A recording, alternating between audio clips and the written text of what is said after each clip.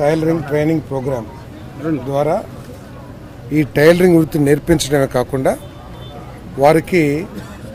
వారు కమిట్మెంట్తో డెడికేషన్తో నేర్చుకుంటే అంటే 70% అటెండెన్స్తో నేర్చుకుంటే కనుక వారికి ఉచితంగా ఈ టైలరింగ్ మిషన్స్ కూడా ఇచ్చే కార్యక్రమం మన నియోజకవర్గంలో ఇప్పటికి 700 మందికి ఈ కార్యక్రమం ద్వారా లబ్ధి చేకూర్చే కార్యక్రమం చేపట్టాం.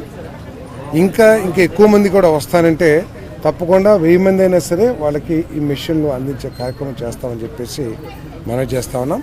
ఈ ప్రభుత్వం యొక్క లక్ష్యం ఒకటే, సూపర్ 6లో చెప్పిన సంక్షేమ కార్యక్రమాలతో పాటు ఉపాధి కల్పించడం కూడా ఈ ప్రభుత్వం యొక్క లక్ష్యం. ఈ ప్రభుత్వం ఈ 5 సంవత్సరాల కాలంలో 20 లక్షల ఉద్యోగ అవకాశాలని ఈ రాష్ట్రంలో కల్పించాలని యువకుల కోసం, అదేవిధంగా ఎవరి నైపుణ్యాలకు తగ్గట్టు వారి నైపుణ్యాలకు అనుగుణంగా స్థానికంగా అవకాశాలు కల్పించాలనే లక్ష్యంతో ఈ ప్రభుత్వం పనిచేస్తుందని చెప్పేసి మనం చేస్తాము. దానికోసమే స్కిల్ సెన్సెస్ అంటే ఉదాహరణకి నూజివీడు ఉంది. నూజివీడులో ఎక్కువ మంది దేంట్లో నైపుణ్యం కలిగి ఉన్నారు. కొంతమంది మామిడి తాండ్ర తయారు చేయటమో, లేకపోతే మామిడికాయ పచ్చలు పట్టడమో, లేకపోతే ఏదైనా కంప్యూటర్లో అనుభవం ఉండటమో, రకరకాల, లేకపోతే మన వీణ ఉంది. ఎటువంటి నైపుణ్యాలు ఉన్నాయో ఆ నైపుణ్యాలను ఉపయోగించుకుని కుటుంబాలు అభివృద్ధి చెందే విధంగా వసతులు ఏర్పాటు చేయాలి అనేది ఈ ప్రభుత్వం యొక్క లక్ష్యం అని చెప్పేసి మనం చేస్తాను. సూపర్ 6 పథకాలతో పాటు మరి నియోజకవర్గ అభివృద్ధి కూడా, రాష్ట్ర అభివృద్ధి కూడా, రహదారులు ముఖ్యంగా మనం చూస్తాను. మన కళ్ళెదురుగుండా ఎంత బ్రహ్మాండంగా రోడ్లు వేయగలిగాము ఈ 9 నెలల్లో. రాబోయే రోజుల్లో మిగతా రోడ్లు కూడా వేసే కార్యక్రమం చేస్తాం. అదేవిధంగా ప్రతి నియోజకవర్గాల్లో కూడా ఒక స్కిల్ సెంటర్ ప్రారంభించి స్కిల్స్ డెవలప్ చేస్తే పారిశ్రామికవేత్తలు ఆటోమేటిక్గా వస్తారు. స్కిల్స్ ఉన్న హ్యూమన్ రిసోర్సెస్, మానవ వనరులు అందుబాటులో ఉన్నాయంటే పెట్టుబడులు కూడా బాగా వస్తాయి.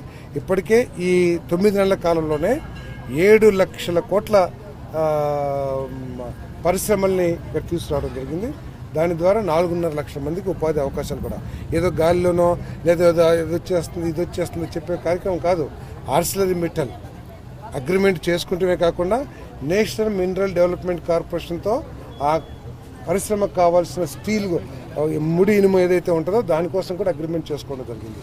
అదేవిధంగా కేంద్ర ప్రభుత్వం ఎన్టీపీసీ సంస్థలతో మోడీ గారి ద్వారా 2 లక్షల కోట్ల రూపాయలతో గ్రీన్ హైడ్రోజన్ ఏర్పాటు చేసే కార్యక్రమాలు, అదేవిధంగా 65,000 కోట్ల రూపాయలతో రిలయన్స్ వాళ్ళు 500 కంప్రెస్డ్ బయోగ్యాస్ ఉత్పత్తి చేసే 500 యూనిట్లు స్టార్ట్ చేయాలన్నారు.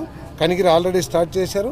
మిగతా చోట్ల కూడా వాళ్ళు ఆ యూనిట్ని అభివృద్ధి చేసే కార్యక్రమం పనిగా ఉన్నారు. 65,000 కోట్లు. ఈ విధంగా ఈ రాష్ట్రాన్ని పారిశ్రామికంగా, ఉపాధి పరంగా, రహదారులు, మౌలిక వసతుల పరంగా, సంక్షేమ పరంగా ఈ రాష్ట్రాన్ని ముందుకు తీసుకెళ్తామని చెప్పేసి మనం చేస్తాం.